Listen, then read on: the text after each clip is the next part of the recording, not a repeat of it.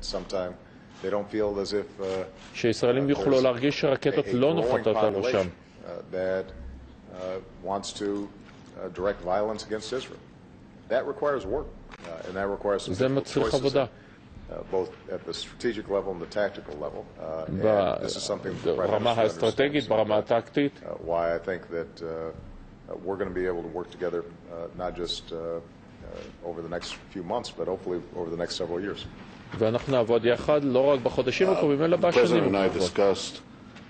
הנשיא ואני דן בצעדים קונקרטיים שננקוט בשבועות הקרובים כדי להניע את תהליך השלום מחדש. על כך דנו. זה היה במוקד שיחה זאתנו.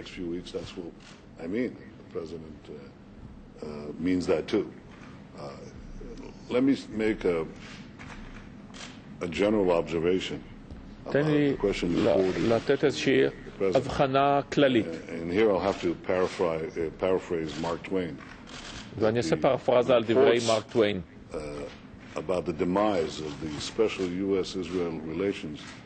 על נפילת היחסים המיוחדים הישראלים האמריקנים. They're just flat wrong. הידיעות היו מוקדמות מדי, אפילו לא מוקדמות מדי, הן פשוט לא נכונות לחלוטין.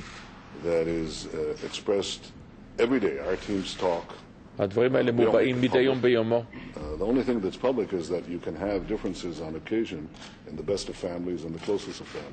הדבר היחיד שרואים אותו בפומבי הוא כמובן שיש חילוקי דעות, וזה קורה במשפחות הכי טובות. אבל ישנה קשר מתמשך של אינטרסים בדרך שבה אנו חולקים מידע כדי לסייע בהגנה משותפת על ארצותינו מפני הטרור.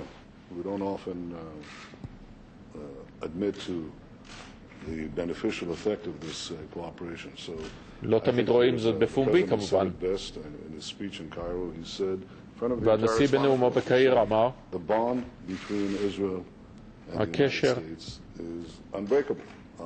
בין ארצות הברית לבין ישראל בלתי ניתן להתרה.